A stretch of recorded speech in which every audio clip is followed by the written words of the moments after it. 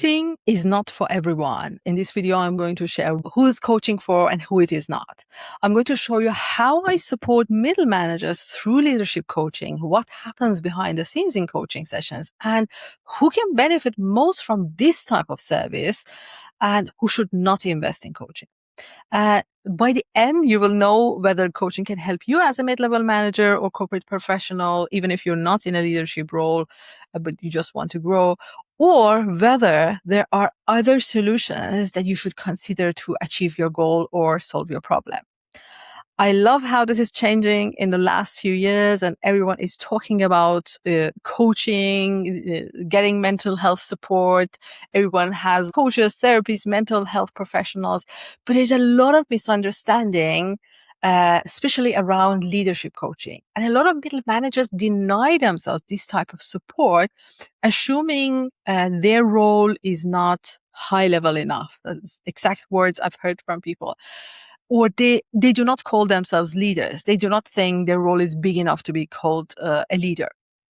Leadership coaching and executive coaching are widely assumed to be for the CEOs and executives at the very top. And they think maybe everyone in the middle is supposed to figure it out on their own. I actually come from a very different background. I'm an engineer. I worked in corporate supply chain management. I owned an e-commerce business in fashion. Then I did business consulting. I wasn't always a coach. I also come from exactly where you're coming from. When I became a coach, I've been supporting hundreds of professionals on one-on-one basis. I've seen behind the scenes of businesses and careers. And sometimes I've seen very young individuals who only have a few years of experience, recent graduates, but they see themselves as confident leaders and they want to start businesses. They become managers and leaders. They have big dreams.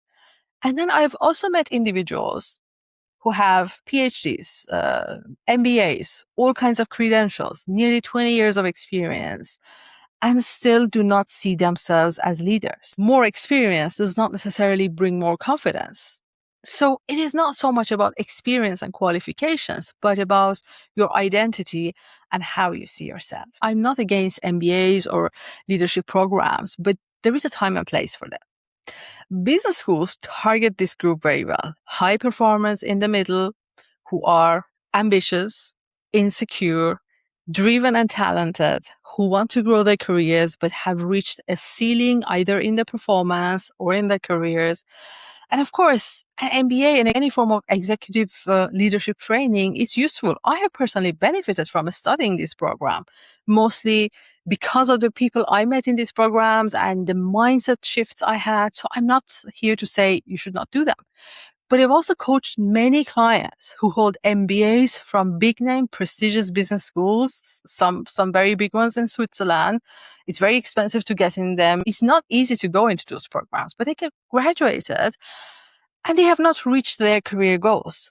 They were not able to join the leadership roles they desired, and that is what brought them to coaching. And this is something that you don't hear so much about. There are so many people who did the MBAs but did not get all those shiny results being sold to you. Because sometimes what you need is someone, a professional, who could help you think more clearly and help you see your hidden talents, your sabotaging patterns, your career priorities, your blocks. And this individual can show you how to use your energy and resources in the right way. So MBA has a time and place, and a lot of time what a professional needs is not an MBA, but some clarity and career strategy. So many high performers join an MBA, but they do not build the personal skills, communication skills, the influence, the strategic relationships, the mindset, the identity shift, and their careers get blocked despite them learning and knowing a lot in theory about leadership and strategy, but because it's not integrated or they see themselves not as a leader, they struggle. And yes, a lot of these programs also offer some coaching, but often not in the intensive and continuous and holistic and flexible way to help someone who might have a more complex situation. Sometimes people hold a lot of shame and guilt around certain topics. More compassion is needed, and it's not always about the strategy and business. My clients are corporate professionals in middle management, mostly from science, tech, and engineering backgrounds, or from the supply chain sector, because this is exactly my background. And I'm based in Switzerland, and my early clients came from the big pharma companies in Basel, where I had a lot of friends and connections, and those clients brought their colleagues, and that is how I randomly ended up with clients from pharma. My own background, besides coaching, is supply chain management, and I do more than coaching with clients from this sector. Sometimes they have to prepare for a negotiation or develop a sourcing strategy, and I can consult on that. But in coaching, I help my clients understand their potential better so that they can move forward and build their short-term or long-term future. They can build their skills, strengths, competences, their identity, and more importantly, their blind spots and the subconscious patterns, problems they don't know they have, let's say. And for me, coaching is mostly about building courage to increase your capacity to do bigger things, to do more scarier things, create more impact, and expand your scope of work. I coach experienced corporate professionals and mid-level managers to go from busy high performer operating in survival mode to grounded, authentic leaders. Managers manage tasks and resources, but leaders influence people, create impact, and do meaningful work.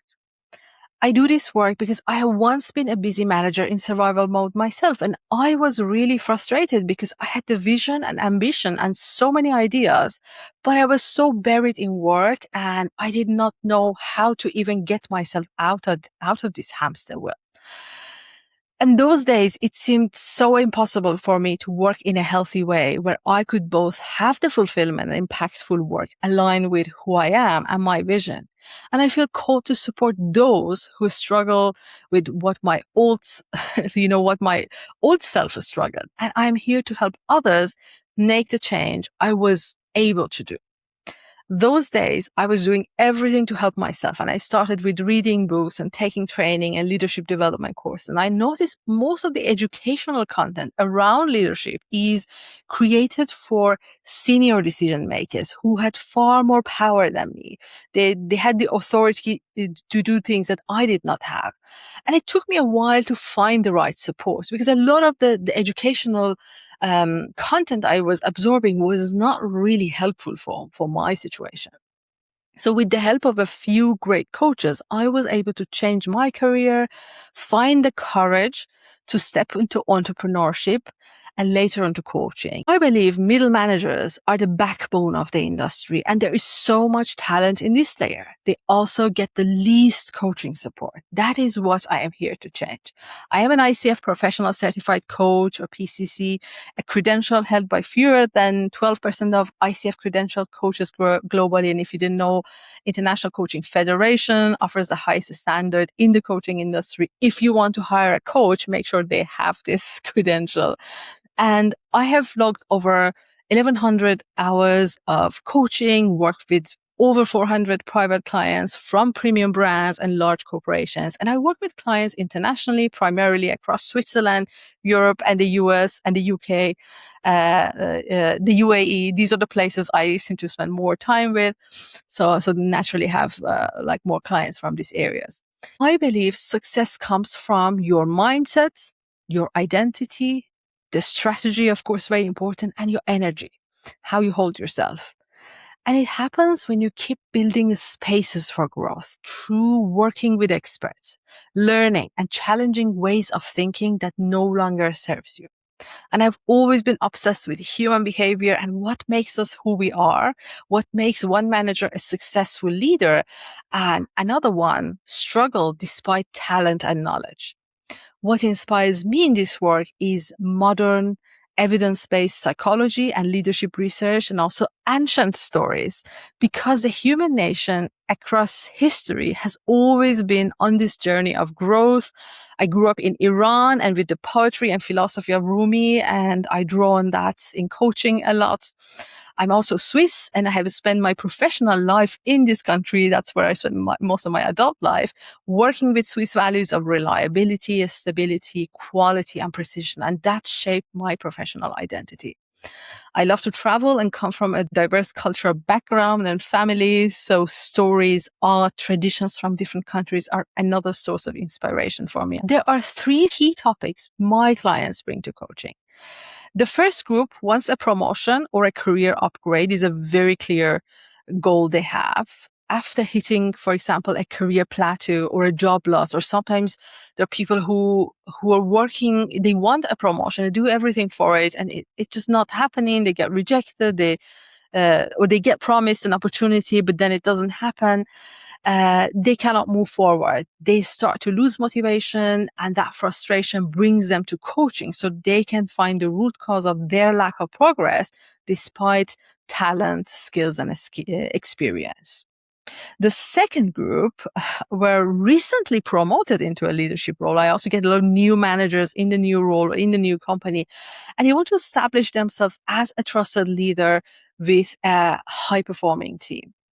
Those new roles also come with imposter syndrome, feeling like a fraud. I talked about one of my clients in another video, like how you could get your dream job and suddenly feel really bad about it, feeling they did not deserve it and that hiring you was a mistake. So we work on their skills and their confidence as a new manager. And I shared this story of my client, Daniel, who was going through the exact experience. I really encourage you to go watch that, because that's a story that resonates with a lot of people. The third group I work with are managers who are facing new challenges. They are experienced, they have been in the role, they're not looking into a promotion, but they're facing a new challenge because something changed at work. Their environment, their team's performance, their own scope of work expanding. I was recently working with a manager who had to take on teams from his peers because they had left the company and the company was not going through a good time, but he was planning to stay. He had a very good relationship with the CEO. So that was also a situation that these type of managers, they usually have too much to do. They're exhausted and at capacity, working in survival mode, and they need to find a way out, a new sense of purpose, resilience, new ways of working beyond just productivity hacks. And what all of these different groups have in common is that they have run out of patience. They are not willing to tolerate a frustrating situation. They know they deserve better and they are committed to change. And this is usually what brings people to coaching. So if you're really frustrated, but you at the same time, you feel like I am frustrated, but I deserve better, coaching could be the right thing for you. So these managers I work with, they already, they are ready and comfortable, or at least accepting feedback on their careers and their work. They're ready to be vulnerable in front of a coach to share what creates shame and fear for them. And this is something that stops a lot of people from coming to coaching, because that takes vulnerability to share about things you don't feel proud of or don't feel comfortable about. And it's not very easy. These people, they are ready to do things differently, which can be uncomfortable. In coaching, you need to face yourself, forgive past mistakes, look at what has gone wrong, and that could be uncomfortable. And these individuals that come to coaching are willing to do this. The reason that people read so many books but no real change happens is exactly this phase. Getting out of your comfort zone and doing things, taking action, that takes courage and vulnerability. And when you read books and consume knowledge, you're not exactly pushed to do that. So you know a lot, but your life doesn't change. I see these 2 patterns among my audience, actually. Group 1 are the fast movers. Those who have worked with a coach before, or they already had executive coaches before, they're mostly in the fast movers, I would say. They're very practical. They do not wait until the frustration becomes unbearable. They act as soon as they want something, They book a call on Friday. They face the problem on Monday. They book a call on Friday with me to explore coaching, and we start coaching on Monday. And they do not spend 6 months researching or training. Their time is too precious, and they are past the phase of information hoarding. They're not going to go search on YouTube to see what works. They just book a call, maybe book a call with a number of coaches and choose the one that they feel more comfortable with. And they just, start working on a topic. They want to know in one session what their key areas of improvements are and what needs to change. And they are in fast action mode. And that is probably what made them successful all along. And then I also have clients from another group, and they are I call them slow researchers. They have already spent 6 months or a year or more trying to self-coach, teach themselves, self-study, DIY, the do-it-yourself, talk to AI coach to fix the situation themselves. They've already tried everything they could, and they do not like to be pushed and want to collect a lot of information before they make a big decision. And they have not moved forward as they wish. Sometimes you do need that learning time to build a foundation and readiness for coaching. Sometimes I am a fast decision maker, and sometimes I need to study. Which group do you belong to? Are you a fast mover or are you a slow researcher? When a potential client books a call to explore working together, I'm open to hear how they want to work with a coach. Some have a clear idea because they have worked with coaches before and ask whether we can do this or that, or they have a specific plan in their head, so they design their own programs actually. But 80% of the time, my clients choose this specific 90-day program. It's called Trusted Leader. The program consists of 9 sessions over around 3 months, 90 days, because 90 days is a golden time that you could achieve a lot of, you could see a lot of progress. And so there are 9 sessions, and 4 of these sessions, I call them anchor sessions, because each of these sessions are focused on a specific leadership development priority that I think is necessary to grow as a leader. Of course, is only if the client's interested. And the rest of the sessions are open coaching sessions where we work on whatever the client's professional reality brings. For example, collecting feedback from the team or senior leaders, or experimenting with a specific idea depending on their challenge. And between sessions, they get a lot of support, WhatsApp or Voxer support or email support. The first session, when I meet with a client, we focus on their leadership effectiveness assessment. It's a bit of an audit on how effective their current approach is. We start with a diagnostic or assessment session. We identify the specific behaviors, patterns, that keep that client at the current level despite a strong performance, despite knowledge and skills and all of that. Some clients like tools and tests, all of these famous assessment tools that are out in the market, or personality tests. Others have done enough of that and they prefer conversations because they already know enough, or sometimes these tests didn't resonate with them.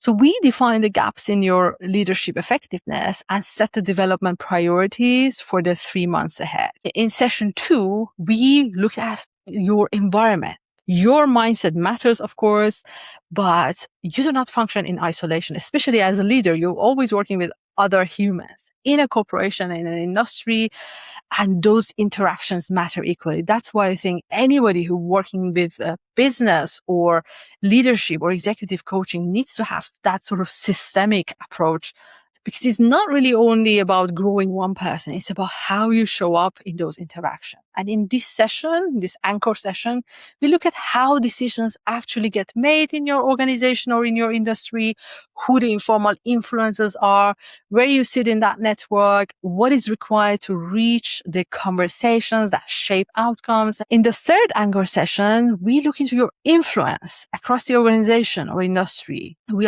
identify the high influence relationships you are under investing in and map the specific path to building authority with those who shape your next role or can influence your career. You walk away with a strategy to make your message heard across levels. And this is about what influence is. That influence is power. It's like how everyone actually cares about your opinion. It could be senior managers, it could be your peers, it could be other people in the industry, but this is basically your power as a leader. And in the fourth anchor session, we look into your presence in high stakes settings. Some call it executive presence. I don't really resonate with that term. I prefer leadership presence or energetic presence. This is your communication, your energy, how you regulate your emotions, how you show up under pressure, how you manage your boundaries, and how you make yourself visible, heard, trusted, and how you carry yourself into situations. And of course, these are just suggestions I have for like what sessions you should have or what goals you should have. And we only follow this plan if it makes sense for the client's goal. Sometimes clients have a very specific idea and we just follow that and ignore this plan. So we only do them when it makes sense. But this is like, in case someone comes to me and they have no idea what to do, this is what I think would work for most people. This is the plan I have for them. And, the rest of the sessions during that 90 days follow based on whatever you need to bring to the session, based on what is going on around you, what big topic you have. Some people, they have like certain high stake meetings. I don't know, some kind of board meeting or supplier negotiation in case of my sourcing people, my supply chain people, or sometimes you have like a big presentation in front of the executive team that you have to prepare for. Sometimes clients are dealing with a difficult stakeholder. They have like a team performance issue or some kind of conflict topic going on. Sometimes the topic a client has is a promotion conversation they have to prepare for, or like the whole topic of career path and promotion. Anything that would move a client forward and bring them closer to the goals, these are actually the goal of the session. So what is like the before and after of coaching? Clients often start this program with challenges in their productivity, visibility, influence, like how others trust you and see you and listen to you and care about your opinion, relationships, confidence, and their nervous system. This is also important. We cannot ignore the human body and what goes on in your system and talking about all of this, because most leadership jobs are stressful. You'll be challenged, you'll be triggered. In all of these situations, the reason it's hard for them to move forward is because their head is full of all kinds of thoughts and information. It's hard for them to see clearly what the way forward looks like, what to focus on. So it's not that these clients don't know what to do or do not have the knowledge. Very often they have more leadership and business knowledge than I do. By the end of our work, they become grounded and they feel clear about their values and how they want to lead, and they have a space to think. They are consulted for their thinking rather than their output, what they do. And they can put a point across in the language their senior leaders use. So they learn this language of impact. They can communicate more clearly with senior management. They'd be respected more. Opportunities come to them instead of being chased. We also work on training the nervous system for creating more space and safety so that they can slowly build capacity and mental resilience needed for their new versions as leaders. Sometimes coaching is not right for you. Coaching is an investment of time, emotional energy, and money, and it takes courage and vulnerability. Effective coaching is about taking action, getting out of your comfort zone, and doing new things. So it's not just coming to sessions and talk and having a soundboard like a lot of people think. It's only useful if you do something about it. You need to be convinced that you want the change. And this is like the coach cannot do magic, I'm afraid. It's really about the client. They need to be convinced that they really want this change, that you want to develop skills and you need a goal you want to reach. And you need to want to move, you really want to move forward with what you have, no matter what regret, pain, or mistake is behind you.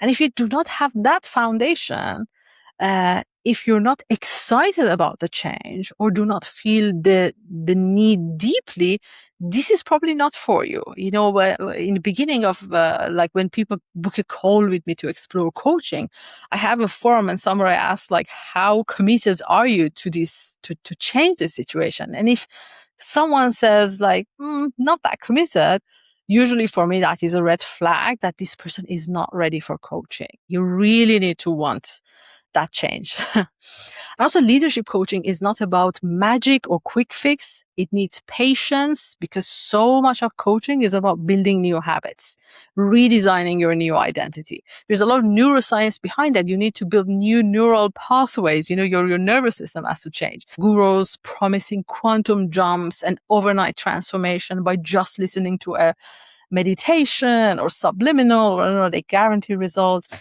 This is not how I work, at least. I prefer a more grounded approach that will really use evidence-based methods. And, you know, there has to be some action and integration and reflection. And that takes time. The other foundation for coaching is vulnerability and coachability. The courage to share regrets, mistakes, embarrassments, guilt, and thoughts you're not proud of with a coach. That is not something a lot of people have. And I, as a coach, I'm trained to offer an unbiased and non-judgmental space. Coaching is about naming the shame so it loses its power, as Brené Brown says. And you need to be ready to face yourself and receive feedback. We all make silly mistakes. We all sometimes underperform. We're all humans, and there is nothing to feel shame around in my coaching space. It is a shame-free space. What it takes to be a senior leader, being able to receive feedback and not feel defensive or triggered or insecure about it. Because when you're in these positions, you will constantly get those feedbacks. There are constantly people who challenge you. If you have those qualities and you're ready for change, then let's talk. Book a call. Let's see how this can happen for you. I've shared the link in the show notes and in the description. And if you feel, no, I'm not there yet, I have some other free resources, and I also organize workshops and trainings that you can experience and take what you need. I hope this was useful for you. See you soon.